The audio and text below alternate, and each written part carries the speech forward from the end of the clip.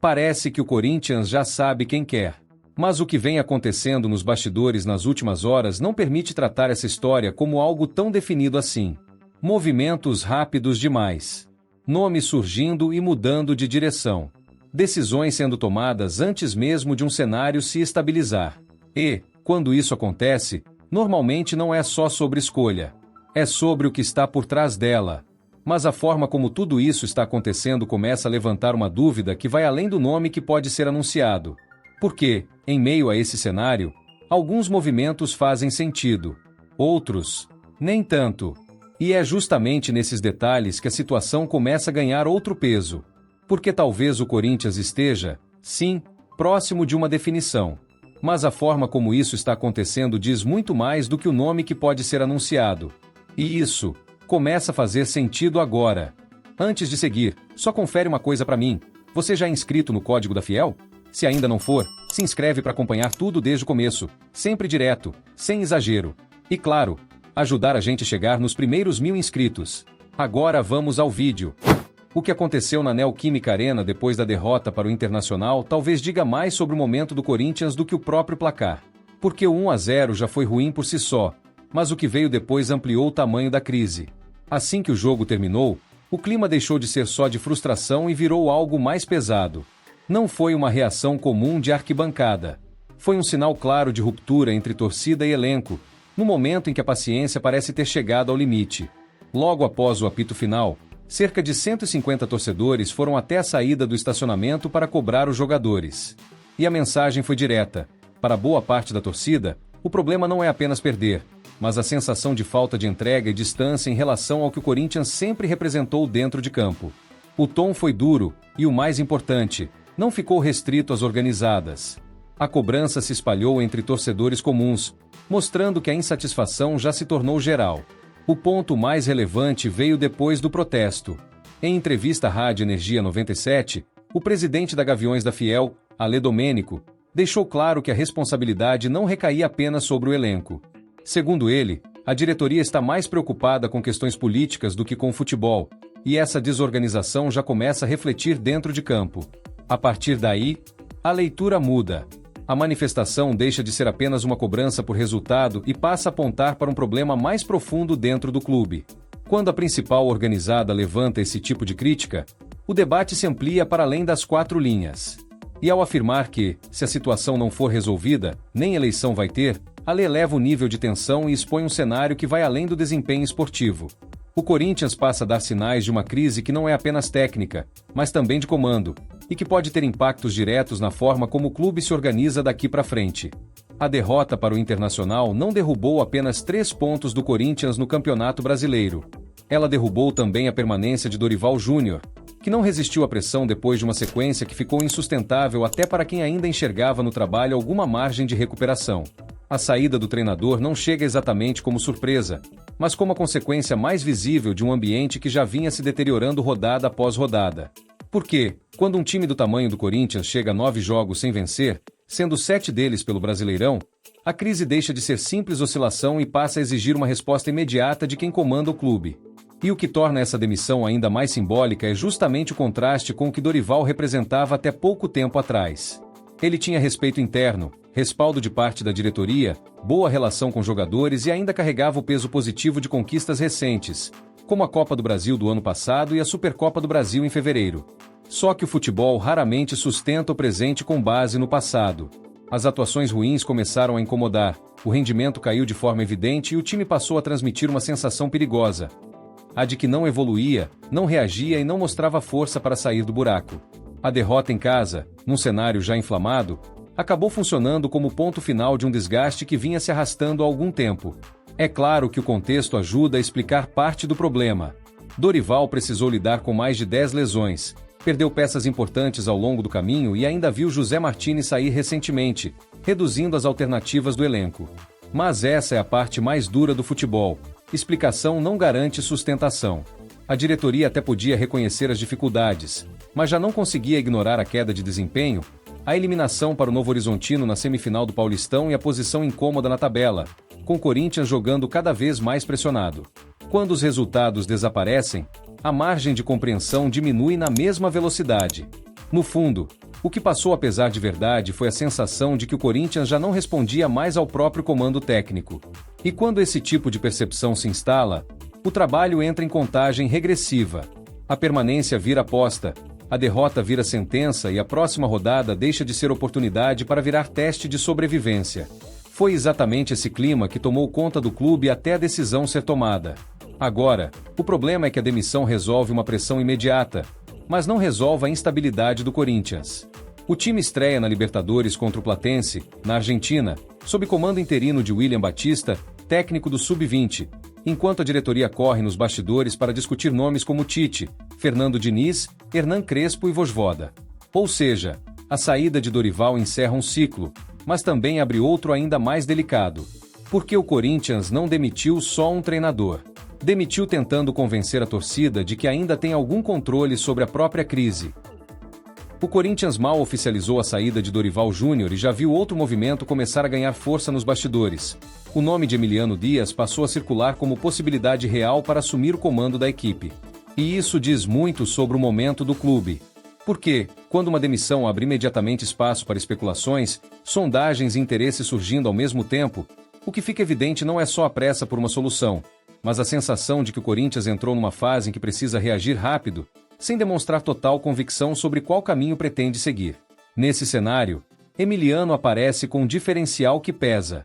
Filho de Ramon Dias e com passagem recente pelo clube, ele surge como alguém que não chegaria totalmente de fora, não precisaria de um grande período de adaptação e ainda carrega o argumento simbólico de ter participado de uma campanha vitoriosa no Paulistão de 2025. Isso, por si só, já faz o nome ganhar força entre torcedores que olham para o momento atual e enxergam qualquer traço de identificação com o ambiente do Corinthians como uma vantagem. Só que o ponto mais relevante dessa notícia está em outro detalhe. Segundo as informações de bastidores, o movimento para aproximar Emiliano da diretoria partiria do próprio staff do treinador.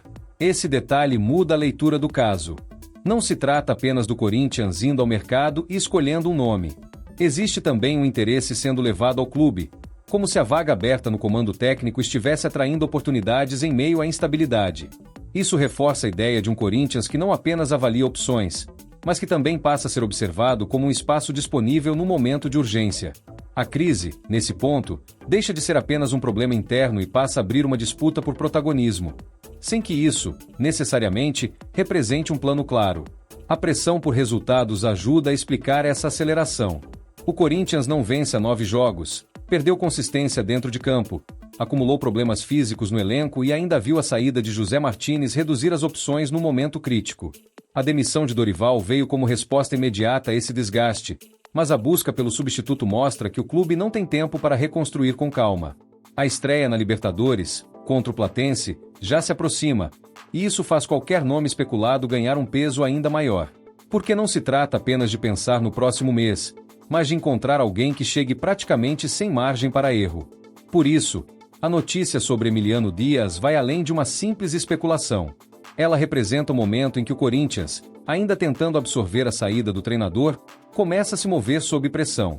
E quando decisões passam a ser tomadas nesse contexto, a escolha do próximo técnico deixa de ser apenas uma mudança de comando e passa a indicar direção. Porque, no fundo, a dúvida já não é só quem pode assumir. É se o Corinthians realmente sabe qual caminho seguir para sair dessa crise. Entre tantos nomes surgindo ao mesmo tempo, um chama atenção justamente por não representar novidade nenhuma para o Corinthians. Silvinho passou a ser considerado como possível sucessor de Dorival Júnior, e isso revela muito sobre o tipo de saída que a diretoria parece procurar em meio ao momento atual. Num cenário de pressão máxima, calendário apertado e necessidade de resposta imediata, o argumento que ganha força não é exatamente o de ruptura, mas o de adaptação rápida. É aí que Silvinho entra no debate, não por empolgar de forma unânime, mas por conhecer o ambiente, entender o peso da camisa e, na visão de quem decide, encurtar o tempo entre a crise e uma tentativa de reorganização.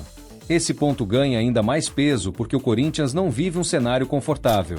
A estreia na Libertadores contra o Platense está logo ali, e na sequência já existe um clássico contra o Palmeiras pelo Brasileirão. Ou seja, a diretoria não está escolhendo um treinador pensando apenas no futuro, está buscando alguém que chegue com a obrigação de responder imediatamente. Quando o calendário aperta desse jeito, a ideia de trazer um nome que já conhece o clube soa menos como convicção e mais como recurso de emergência. Silvinho, hoje na seleção da Albânia, ganha força exatamente por isso. Em tese, não precisaria passar por um período longo de adaptação ao ambiente corintiano. Mas há um ponto que muda a leitura. O fato de um nome conhecido aparecer como solução não significa que o Corinthians encontrou clareza. Pode indicar o contrário, que, em meio à pressa, o clube está valorizando familiaridade acima de convicção técnica. E isso altera a interpretação do cenário. Porque, quando um time em crise recorre a alguém por entender o clube, o que aparece é a tentativa de reduzir risco, não necessariamente de elevar o nível. É uma escolha prática, mas que também expõe o receio de errar ainda mais. A passagem anterior de Silvinho ajuda a deixar essa discussão mais completa. Como treinador, ele comandou o Corinthians entre maio de 2021 e fevereiro de 2022, somando 44 partidas, com 17 vitórias, 14 empates e 13 derrotas.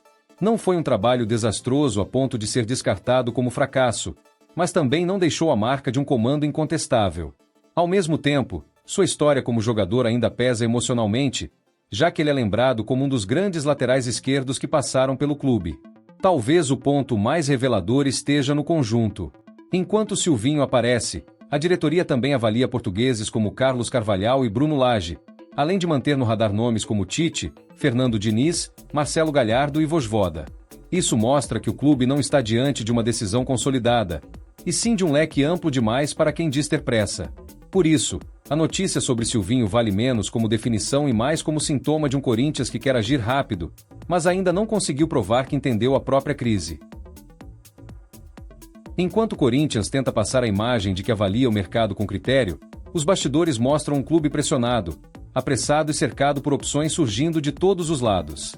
Agora, dois nomes estrangeiros ganharam força, os portugueses Carlos Carvalhal e Bruno Lage, ambos livres no mercado. A informação reforça a sensação de um clube em busca constante, mas ainda sem deixar claro qual perfil considera ideal para assumir o comando. A princípio, a presença de dois técnicos portugueses pode soar como tentativa de retomar um caminho recente. Desde a passagem de Vitor Pereira, existe a percepção de que o mercado lusitano pode oferecer soluções interessantes. É natural que esse tipo de perfil volte ao radar em um momento de instabilidade. Mas há um detalhe que muda a leitura. Carvalhal e Bruno Lage surgem num contexto em que o Corinthians já viu circular nomes como Tite, Fernando Diniz, Marcelo Galhardo, Vojvoda, Silvinho e Emiliano Dias. Quando a lista cresce dessa forma, o mercado deixa de parecer estratégia e passa a indicar reação. Em vez de um clube que define um caminho, o que aparece é uma diretoria tentando acelerar decisões em várias direções ao mesmo tempo. Esse ponto ganha ainda mais peso pelo cenário. Dorival foi demitido após 9 jogos sem vitória. O time se aproximou da parte mais desconfortável da tabela e a pressão externa aumentou de forma significativa. A próxima escolha precisa transmitir controle e direção. Só que, quanto mais nomes entram na discussão, maior fica a sensação de indefinição. E, num clube como o Corinthians, essa percepção não passa despercebida. Por isso, o interesse em Carvalhal e Bruno Lage vai além de uma simples avaliação de mercado. Ele reforça a leitura de um Corinthians que ainda procura estabilidade, mas não conseguiu transformar urgência em direção. O clube tenta mostrar que escolhe com cautela, mas o volume de possibilidades indica outra coisa. A busca por solução ainda não virou um plano claro. No meio de tantos nomes, especulações e movimentos apressados nos bastidores, um passou a carregar um peso completamente diferente dentro do Corinthians. Tite virou o principal alvo da diretoria para substituir Dorival Júnior. E isso não acontece apenas pelo currículo ou pela identificação histórica com o clube. O que faz o nome de Tite ganhar tanta força é o que ele representa num momento como esse. Quando um time mergulha numa sequência ruim, perde confiança, amplia a pressão externa e começa a transmitir sensação de descontrole, a busca deixa de ser só por um treinador. Ela passa a ser por alguém capaz de reorganizar o ambiente inteiro. E, para muita gente dentro do Corinthians, nenhum nome simboliza isso mais do que Tite. A diretoria entende que o momento exige mais do que uma aposta ou um perfil em ascensão. Exige alguém com autoridade, leitura de grupo, capacidade de absorver pressão e histórico suficiente para devolver rapidamente ao elenco um mínimo de segurança. É aí que Tite aparece como prioridade. O Corinthians sabe que, no meio dessa crise, contratar um nome desse porte teria impacto duplo, dentro de campo, pela possibilidade de reconstruir o sistema de jogo e recuperar competitividade. Fora dele, pela mensagem imediata de que o clube ainda consegue agir com peso e relevância mesmo em meio ao caos. Não é só uma busca por comando técnico. É também uma tentativa de restaurar confiança.